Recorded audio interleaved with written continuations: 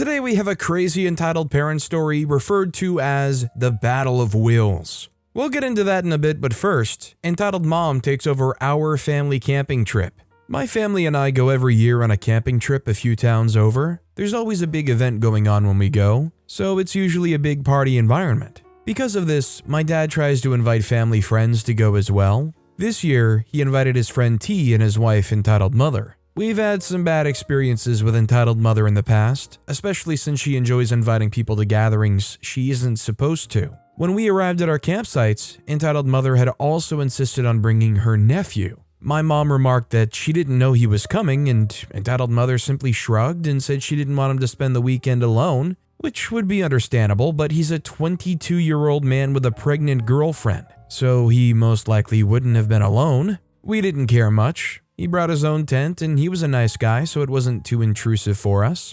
As we got settled in, entitled mother walked into our camper where I was sitting alone. She looked around and began to question me about it. Things like, "Must be nice to have this camper all to yourselves. And if your dad got a rented camper, why are you guys making him sleep in a tent?" First of all, we were allowing everyone to come in, hang out, and use the kitchen and the bathroom if they wanted. We just didn't allow people into the bedroom because that's where me and my mom kept our luggage. Second, my dad wanted to sleep in a tent. The bathrooms in the park are filthy, and it can get incredibly hot, and I'm prone to fainting in high temperatures, so I need somewhere to stay cool. That's the only reason he rented the trailer for me and my mom. I explained this to her and she simply nodded and left. My mom later found her making a phone call to one of her friends, stating that there was a fun camping party going on and her husband should come.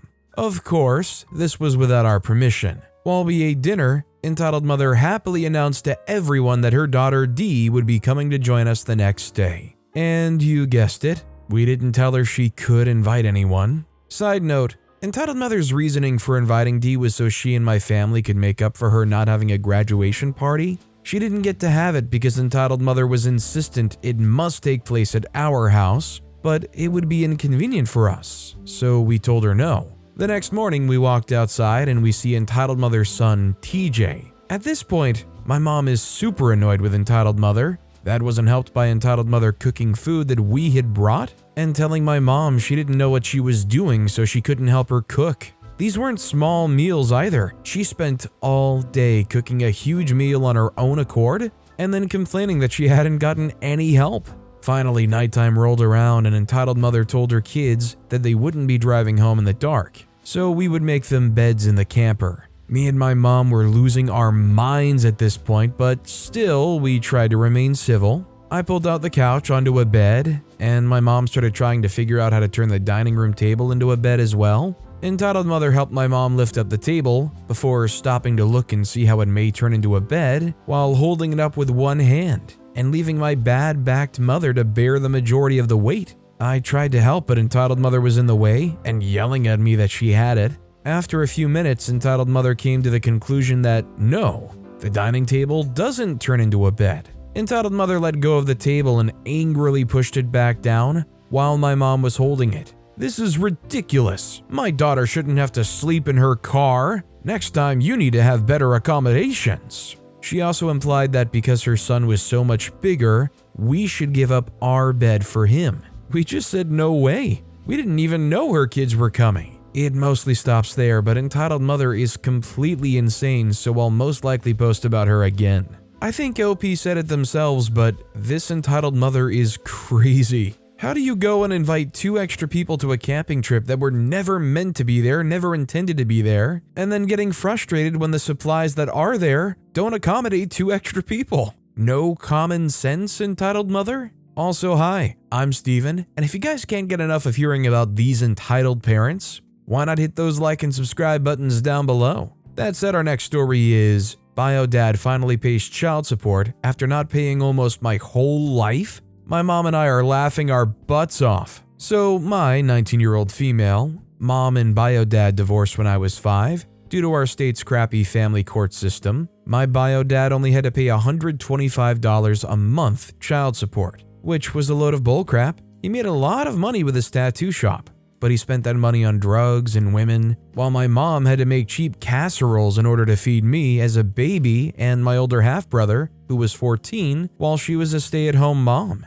My mom found out about that money when my grandma, who's an accountant, got asked to look at his financial records. When my grandma found out what happened to that money and saw how much my mom struggled to give us kids basic living necessities, it made her livid. My grandma begged my mom to leave my bio dad, but she wouldn't follow that advice until 5 years later. When the divorce finally happened, the custody battle was an absolute crap show. The judge was a bench, since even my bio dad tested positive for every illegal drug except weed, plus testimonies on how violent and a crappy person he was. I still had to visit him every other weekend, which stopped when I was 14 after a bunch of abandonment and verbal abuse. I cut contact with him when I was 17. To make things even more crappy, he's only paid when my second stepmom Sherry made him, as she was divorced with kids too and knew that it was important. My first stepmom never understood what child support really was. After the divorce, my mom struggled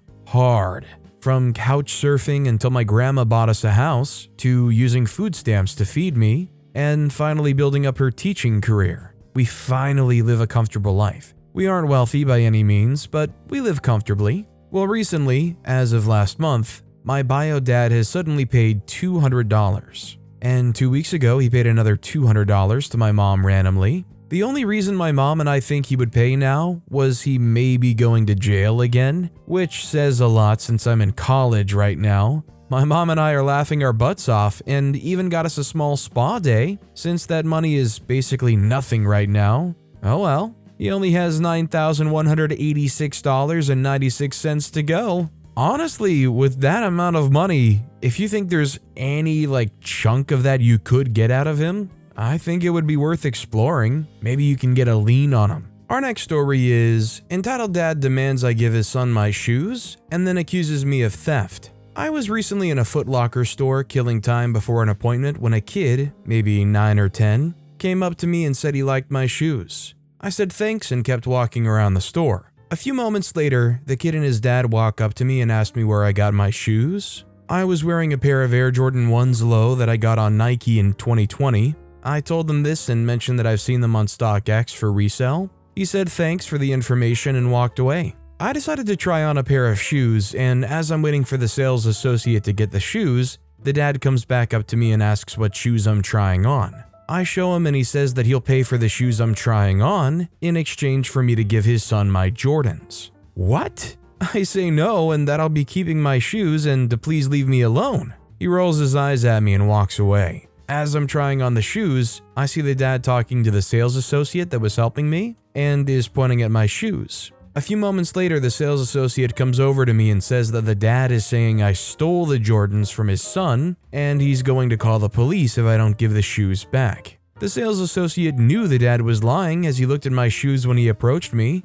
and saw me when I came in and would get the security guard. The security guard escorts the dad out of the store and I'm thinking it's over. Nope. The dad found a police officer outside. I'm in New York City and the UN General Assembly's going on, so cops everywhere. And when I came out of the store, they were waiting for me, and just when I thought I couldn't dislike people any more than I already do, the officer was an absolute jerk and appeared to believe the dad. I point out how if I stole his son's shoes, why does the son have a pair on of dirty Converse? Wouldn't he be barefoot? Cop deems me a smart butt and asks if I can prove the shoes are mine. Luckily, my purchase was still showing in my Nike order history. The dad tries to say that they're not the same shoe, and I'm lying. The Foot Locker employee comes outside and confirms that I had the shoes on when I came in the store. The cop tells me I can leave, but the dad is still yelling. I go to the building for my appointment and was a little fearful when I came out. Fortunately, he was gone, but I walked home, looking over my shoulder thinking I was going to get jacked for my shoes. I've been wearing Jordans since the 90s, and this is the first time I've been afraid to wear them. Honestly, if I were in the same situation as OP, I'd be feeling the same way too. The length that this guy already went to try to get those shoes from you, I wouldn't be surprised if they were just Plan D, jack them in the parking lot. This next story is, my mom throws a fit over not being invited to a wedding. Plus, am I the jerk for thinking she overreacted? Context, a cousin of mine on my mother's side is getting married. Due to a limited budget and seats, my household was not invited. But we aren't the only ones who didn't receive an invitation. I completely understand though, and part of me didn't want to go in the first place. Mom received a call from her sister about my cousin's wedding. I don't remember exactly what was said, but I think her sister asked if we got our invitation yet. Mom said that we did not, and her sister said that she got hers. Unfortunately, Mom threw a fit and complained to her cousin through her great uncle. She thought that the cousin's family was being ableist. I have too many disorders for me to list, and nearly lost control over her emotions. Keep in mind that another household in the family did not receive an invitation either. I understand that seats and money are limited, but I think Mom was taking this too personally. After things cooled down, I talked to Dad about this and said that I've been stressing over what I was going to wear to the wedding ever since it was announced. I was thinking about chickening out and making up some excuse not to go, like a cold. Dad, being a fellow introvert, said that he didn't want to go either. We now have plans to go somewhere fun on the day of the wedding instead of the wedding. Am I the jerk for thinking my mom overreacted a little? Yeah, I think she was probably being a little too over the top. In a situation where there's limited space, there's going to be some roster cuts, as you would like to put it. Unfortunately, she was one.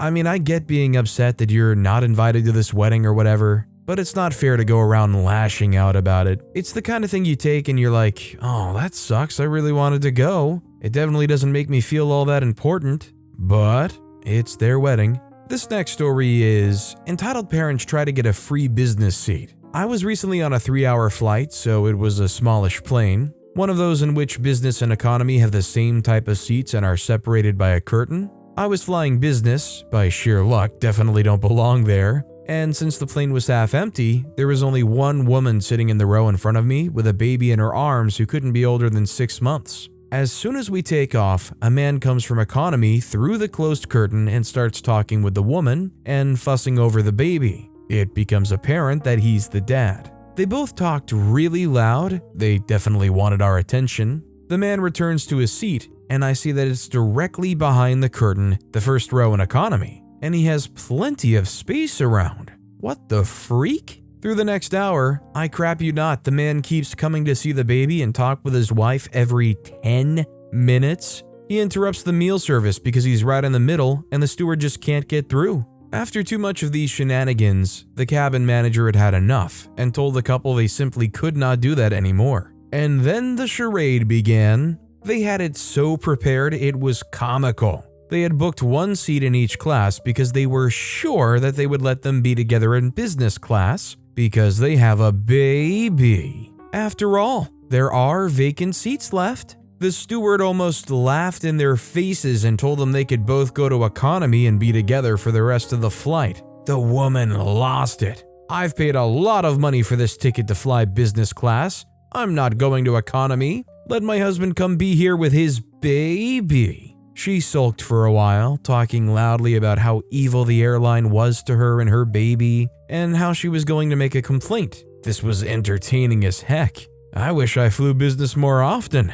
In the end, she made a huge fuss about it, but retreated to economy, and the last hour of the flight was uneventful. The best part? The baby was a saint through all of this. I could take a 12-hour flight with that little dude as long as his parents stayed home. I mean, do you really blame them for trying at least? Gave it a good try, might have worked out. Shoot, even getting a little fussy might have worked out. They might have had one of those flight attendants who doesn't want to rock the boat would just say, "Heh, shoot, we got vacant seats, it's easy, just go." Our next story is, entitled Mom doesn't live here, but everything must be done her way. To start, this is a vent post. No big confrontation, just a very annoying entitled mom, so I'm sorry if this fits better somewhere else. I live in a rental. We have a shared garden, laundry room, and other amenities. It's a mix of rentals and owned apartments, and most residents, including myself, have lived here for several years. That's to say, you generally know who comes and who goes around here.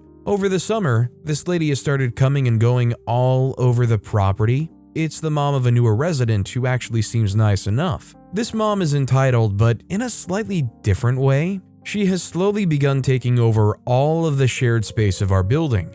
These are some of the things she's been doing. Entitled mother leaves passive-aggressive notes when she's dissatisfied with something. For example, "This machine is broken, who's going to fix it?" There's a manual next to the machine, clearly stating the number you need to call to get it fixed. Can we all maybe remember to empty the lint collector in the dryer? It's not that hard. And then leaves without emptying the lint collector herself. She often wants a specific resident to deal with it, but doesn't address him through anything but the notes. He is in no way the janitor. Entitled mother opens all the doors and windows in the basement and refuses to close them. A passive-aggressive note informed me it's because the basement is too humid. I can understand it if you're gonna be in the area and need access to the basement, but she just opens everything and leaves. If you go to close them, she'll go back down, open them again, and leave. I came down the other day, and not only were everything open, the shared laundry room keys were in the outside door. She was nowhere around. This is not a low-crime area, and she's putting us at risk to be robbed in a way where insurance won't cover anything. This is also kind of triggering for me, as I was subjected to arson in a previous housing situation due to this exact behavior. She also had a phase where she'd prop open the front doors and all the fire doors as well, but that has fortunately not stuck. We have a really nice shared apple tree in the garden. The apples are plenty and delicious. Take what you need kind of thing. A neighbor of mine went out to grab an apple for herself and her kid, and immediately the entitled mother flings open a window and yells, "Don't take those, they aren't ripe yet." The neighbor's like, "I'll take my chances, thanks." Entitled mother huffs and is like, "Suit yourself, but you're gonna have a bad time." Just really weird apple entitlement. Entitled mother decided that the laundry booking system was bad and implemented her own system. Before, you just booked a laundry room and you'd have it available in the booked time slots. With this new system, you gotta book the individual machine in the individual hours you plan to use each machine. Of course, the new system has a passive-aggressive note attached. The first time I booked time slots, she actually deleted them, not because she wanted to use that slot herself. I had just done it wrong. Infuriating. We have a no loose dogs in the shared garden rule. It's mostly to avoid random dog poops, but it's not the only reason. Entitled mom does not care. Her daughter's chihuahua is constantly off-leash and running everywhere. The other night I heard it try to attack a cat. A few weeks ago, my kitchen started smelling really weird, like chemical and toxic. The smell kept getting stronger and I could not figure out where it was coming from. Went to the basement, and some areas were also pungent. I asked a neighbor if he knew where the smell was coming from and he helped me search for the source. Turns out, entitled mother had been soaking some wooden fence posts in paint thinner and thought it was a great idea to leave them to dry in the tool closet right below my kitchen, sending those nice toxic fumes right up through the vents. The neighbor got entitled mother to move them. I want to reiterate, she does not live here. The daughter has a really busy job, so the entitled mother is around a lot. I suspect to take care of the dog and evidently the daughter's laundry. Because of this, she feels entitled to micromanage all shared space. Several other residents are really sick of her antics, and she's been confronted at least once by janitor man's mom, who also owns a rental in the building.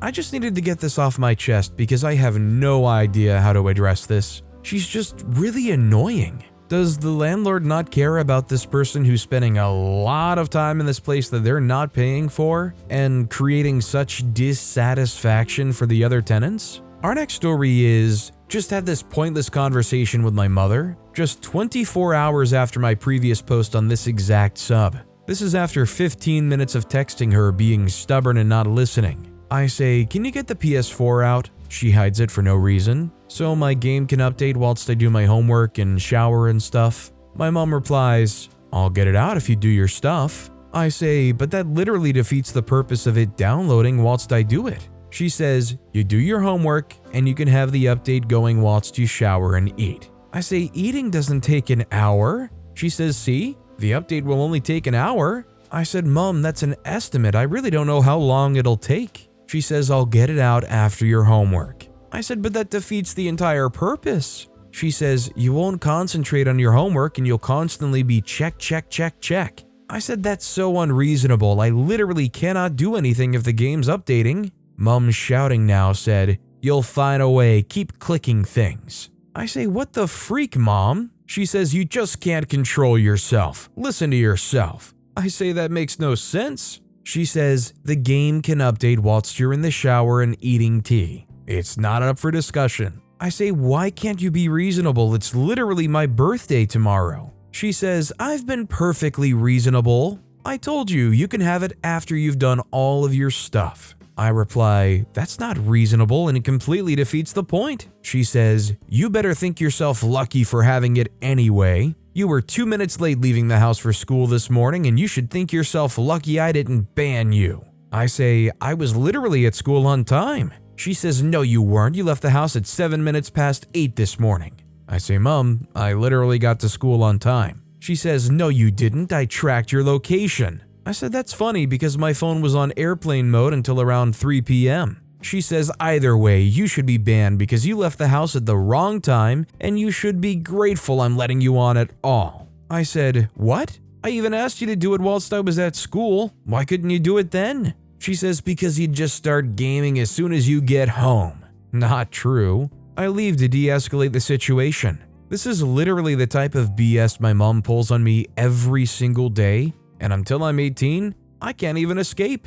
I'm not gonna lie, I don't know if I'm just getting old, but I kind of get her mindset. You don't want to have any kind of temptation there. I know you can't actually play the game while it's updating, but nurturing the mindset of get your work done and then focus on the other stuff after, I don't know if I can necessarily fault that. Now the whole you left late or you didn't get to school on time thing, that's definitely overblown and over the top. Unless you're the president needing to deliver the nuclear launch codes, I don't think just about anybody should be justified in getting upset or blowing up at you or threatening any kind of thing because you were 2 minutes late. Our next story is Battle of Wills. This is more entitled grandparent, but I think it still fits here. I work in a hotel. I started as a housekeeper and I really hated it. I didn't mind the work, but I'm not fast and I was tired of getting in trouble for taking too long, as the housekeepers are paid by the hour. I was looking for other jobs when I noticed my hotel was hiring for the front desk.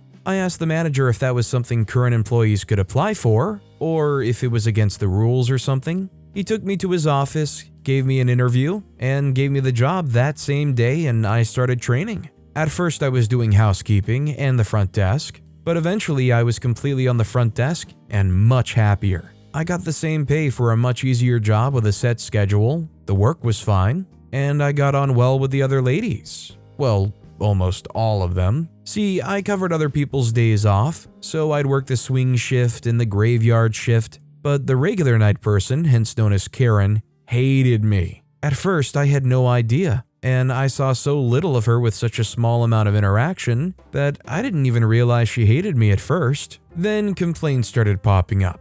The manager would pull me aside or text or call saying that there had been a customer complaining about how I was dressing. Our uniform is pretty lax. We just have to wear a polo shirt and stick to some basic standards. Modest clothes, not dirty or torn up, that sort of thing. I wasn't too happy about the dress code as I like to dress well, and polo shirts are kind of lowbrow in my opinion, so I would just wear a plain button-down shirt, which was fine, but eventually I got in trouble for that too, saying that the buttons were too far undone.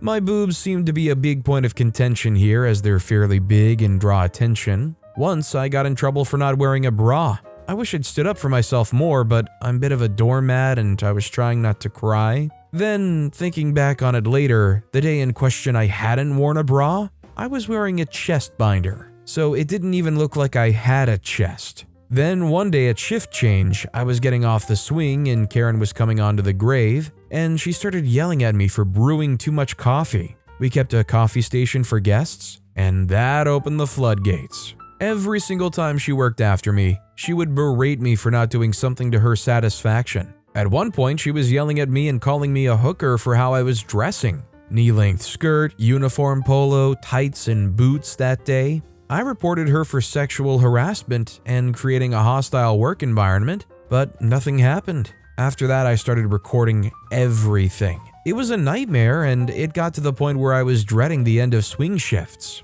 And I was actually thrilled when I had to cover for her, because it meant I didn't have to deal with her. And I did cover for her. A lot. She's older and was often out for medical problems, either her own or her husband's. I accepted any and all shifts without argument or issue, even if it wrecked my sleep schedule. I was even covering for personal things like her husband's birthday or a grandkid's school performance. I had more than one person tell me I should stop accepting her shifts as it was killing my sleep schedule, but I was happier with my roller coaster of sleep times than I was with a normal schedule having to deal with her. There was also one other person who could do night shifts because you have to be trained to run the audit, and if Karen was out for a week or more, I'd cover most of the graveyard and the other chick would cover my 2 nights off. Then that chick moved away, and Karen and I were the only 2 who knew how to run the audit. We had a few new hires, but none of them lasted long. Keep in mind that this was not a difficult job to do, but they all quit without sticking around for the 2 weeks' notice. Then Karen's grandson gets hired on, and he actually sticks around for a few months. As a coworker, he was pretty meh. I've definitely had worse, but I've certainly had better. Crap part was that he would do crap with no repercussions. But if I did something that was even a fraction of something he did, Karen would scream and yell at me. We have an outdoor pool that's open in the summertime, and we don't have a lifeguard or anything, so the pool closes at 10. Graveyard shift starts at 11, so Swing usually goes out and locks up the pool, but Grave will drive past and make sure that it's locked. I was literally the only person on Swing shift who ever actually locked the pool at 10, and I always stopped on my way in to lock it when I worked Graves. It opened for the season on a day I had off, and I completely forgot it was open on my next shift. Naturally, this was a sin worthy of the 7 circles of heck, but then I found out a couple of weeks later that the grandson was leaving the pool unlocked literally every day he worked Swing, and Karen wasn't locking it either, and if he worked the morning shift, he wouldn't unlock it either. Everyone at my work has a big problem with getting to work on time. Me and one other woman are literally the only 2 who are consistently on time, and usually a little early. Karen, of course, was constantly late, to the point where she stopped even apologizing for it, and her grandson was no better. There was one day that I was on Graves and the manager came in before the grandson because the grandson was an hour late. I would have liked to be a fly on the wall for that butt ripping, but I was too freaking tired and I just went home. The grandson was on for a few months, but found a different job with better pay and left, and another chick was hired and things were fine. Then the grandson's job fell through and he tried coming back to the hotel, but his replacement had already been hired. I was friendly with the new chick, we'd chat at shift change, and one day the subject of Karen came up. Apparently Karen had been nice to new chick at first and everything was fine, but then the grandson tried to get his old job back, was turned away, and Karen started whistling a different tune. She was being as horrible to new chick out of absolutely nowhere, and this is where the pieces fell into place. You see, before I moved up from housekeeping, Karen's grandson was looking like the most likely candidate for the front desk job, but I'd gotten it instead and angered the Kraken. She was treating me so horribly because she was trying to get me to quit, and when that didn't work, she was complaining to the manager about me and making false reviews from customers. And that wasn't all. When the other desk position opened up, she was terrorizing everyone that got hired so her grandson could be rehired. And when the grandson wanted his old job back, she started harassing the new chick. I'd been looking at new jobs to get away from Karen, but this is when I decided to dig my heels in. I grew up with 3 siblings and an army of cousins. I know how to take my licks. Yelling at me over coffee? Bench, please. My sister once sliced my hand open with safety scissors, and then all my siblings pretended I didn't exist for a month because I had to get stitches and she got in trouble. My cousins are the reason you now have to be over 18 to buy dry ice at the local grocery store. We used to throw firecrackers at each other for fun. Our parents dropped us on a farm and we ran wild unsupervised for hours at a time. I grew up in active combat with my siblings and cousins. This is nothing. I continued working, doing everything perfectly. I was taking pictures of everything I'd cleaned, and I'd take a picture of my outfit at work every single night so I could just show the manager what I was wearing whenever there was a customer complaint. And I continued taking every last one of her shifts that she needed me to cover to the point where I was going full days without a wink of sleep. She continued harassing me and the new chick, even after her grandson got a new job, and new chick also wound up quitting without notice, leaving us scrambling to cover shifts. Karen managed to get 4 separate people to quit, but I withstood her abuse for 2 years. Then it happened. I won't give details, but there was a health crisis that resulted in her having to quit, and I got her job. I'm not the main graveyard shift and living my best life free of Karen. She thought she was an unstoppable force until she met an immovable object. Eat butt, Karen. I survived. You couldn't even secure your grandson the easiest job I've literally ever had, and now I don't have to deal with either of you ever again. Man, I hear plenty about nepotism, but not quite so blatant nepotism that is so boldly being fought for so blatantly, and also not making the water any hotter for themselves when they're doing so. But with that being said, that's all the time we have for today. Now, if you want to hear another absolutely crazy entitled parent story, check out that video on the left. Or if you missed my latest video, check out that video on the right. That said, I'll see you all next time with some more stories.